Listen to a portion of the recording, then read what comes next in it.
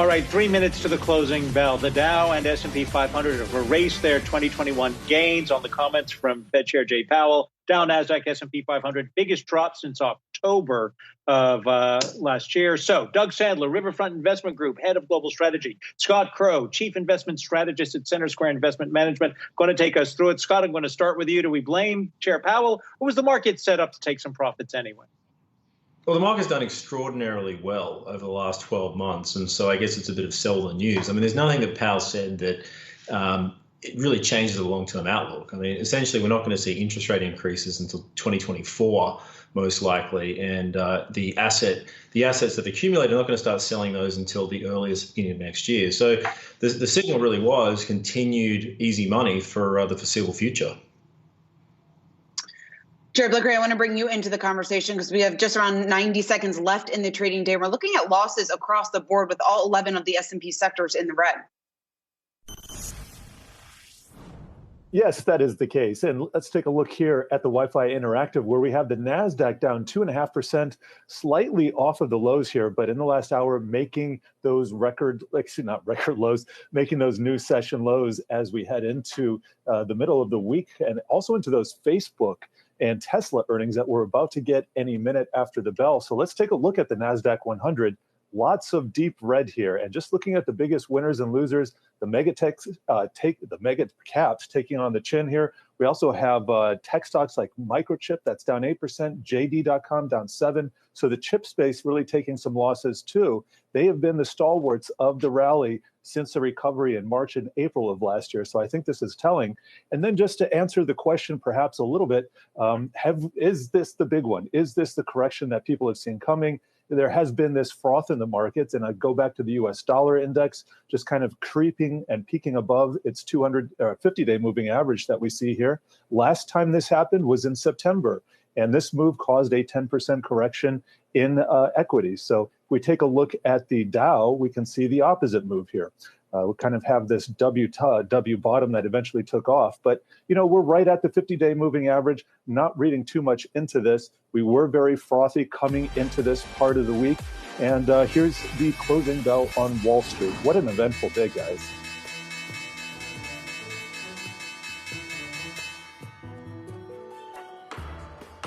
Certainly has been a very eventful day for the markets. You're looking at losses across the board with the Dow, the S&P, and the NASDAQ all closing in the red. The Dow off just around 2%. That's down 634 points. S&P off just around 2.5%.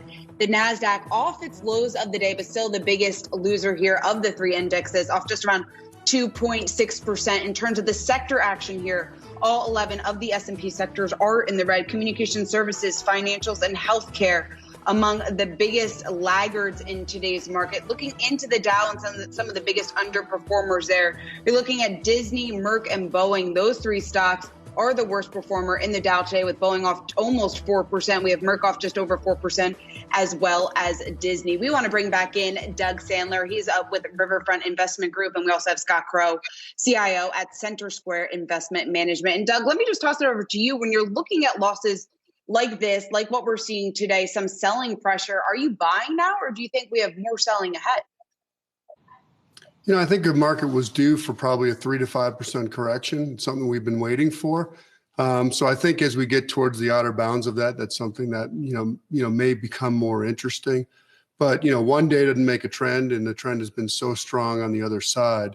I might also add to the fact, I agree with everything your guest said, but I may add to the fact that some of that short selling squeeze, ultimately, if you want to create money to buy the stocks back, you do have to sell something. So you may see some of the, more over-owned sort of hedge fund stocks being sources of cash to fund some of those, short squeezes or margin calls.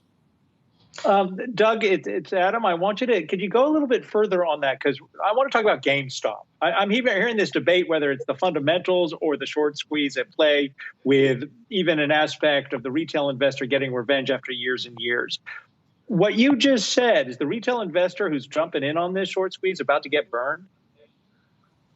I don't know that company particularly. I mean, obviously it's in the news all the time. I think anytime you see a stock move that much, it's going to be basically a supply and demand thing. It's not going to be based on new news. And the news I've seen on it, doesn't seem to be nearly enough to warrant the move in the stock. So, I think it's just supply and demand, and people see that, there are people tied into a stock, and it's, there's blood in the water, and, everybody sort of gangs up on it.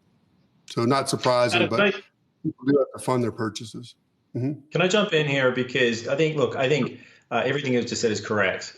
Certainly what you're seeing now is people are looking to, basically cover short positions. They're selling the things that they're long that have done well. And I think that's part of today's action. But GameStop is super interesting because we've never seen a short squeeze like this in the history of stock markets, where you have a decentralized short squeeze driven by leveraging social media.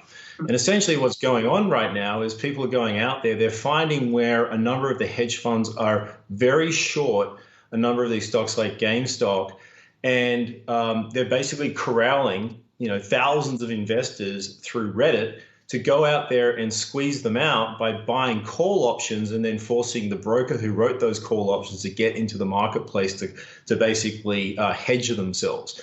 And it's such a sign of the times of COVID. But to your question, how will it end? Well, I would just say this. GameStop, as an example, today is a $300 plus stock.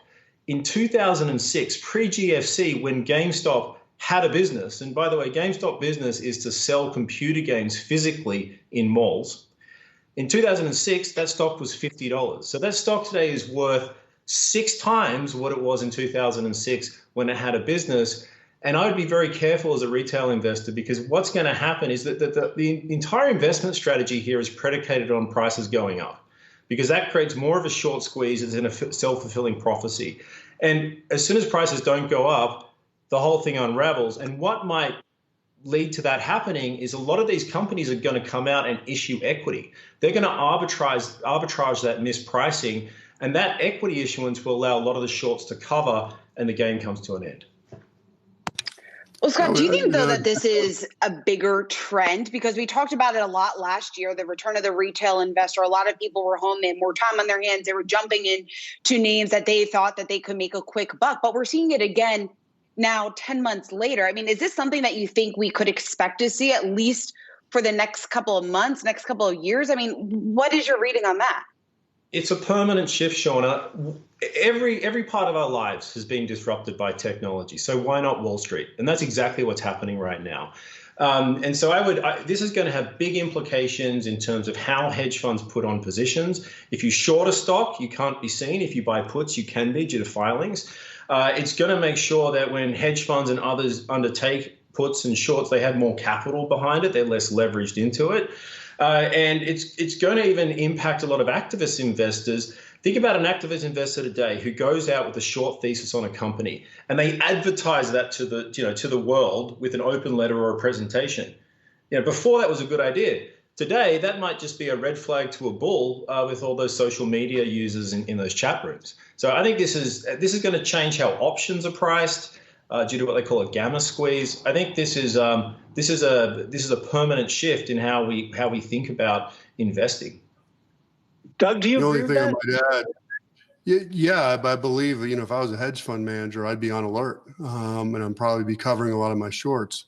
But I think there might be some regulatory impact here. I mean, when we had it the opposite way, they put in the uptick rule, and that sort of stopped the stocks dropping off cliffs.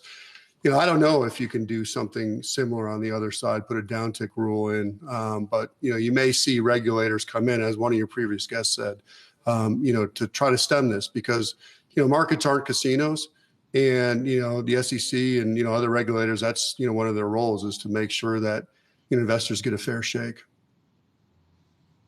When we talk about a fair shake, before we go to Jared for a final thought on all of this, in literally 30 seconds each, Scott, and then Doug, I'll let you finish off.